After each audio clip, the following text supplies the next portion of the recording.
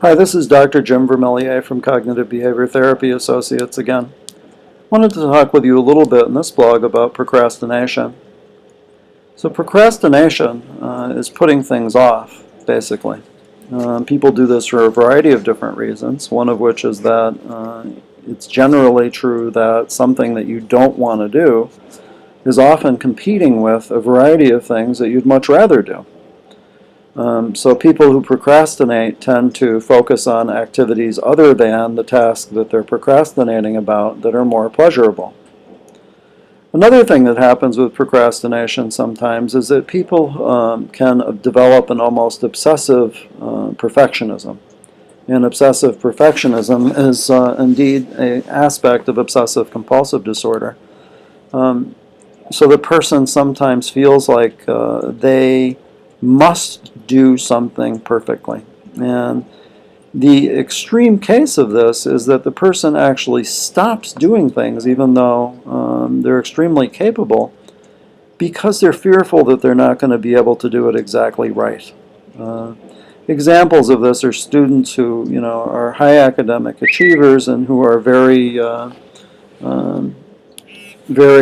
accomplished in terms of their intellectual capacity and learning, but who begin to have problems writing and start thinking that they can't write perfectly, therefore they're not going to write, or start a paragraph, feel that it could be worded better, and then erase that paragraph and begin again and again and again and again and again, to the point where they feel incapacitated and aren't really able to do that task. Sometimes people begin to skip classes because they initially feel uncomfortable that they're going to do something wrong or say something wrong or not look perfect.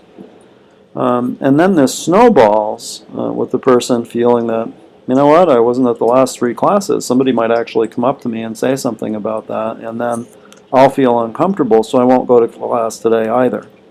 And they're not really focusing on their work. Oftentimes they're doing things like playing computer games or reading something else, or engaged in some kind of activity. Sometimes even just feeling like they don't want to get out of bed because there isn't any point.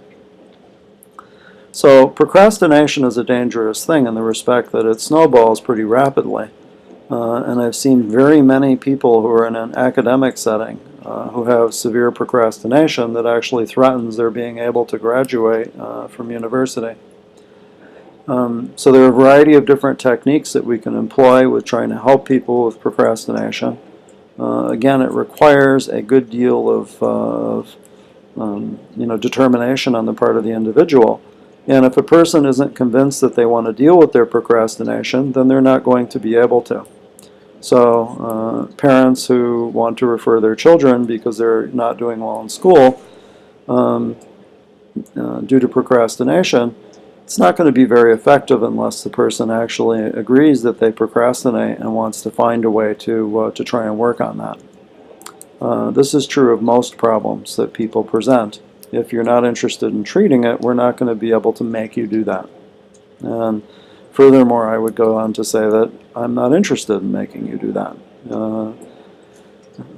So that's a brief introduction to the issue of procrastination.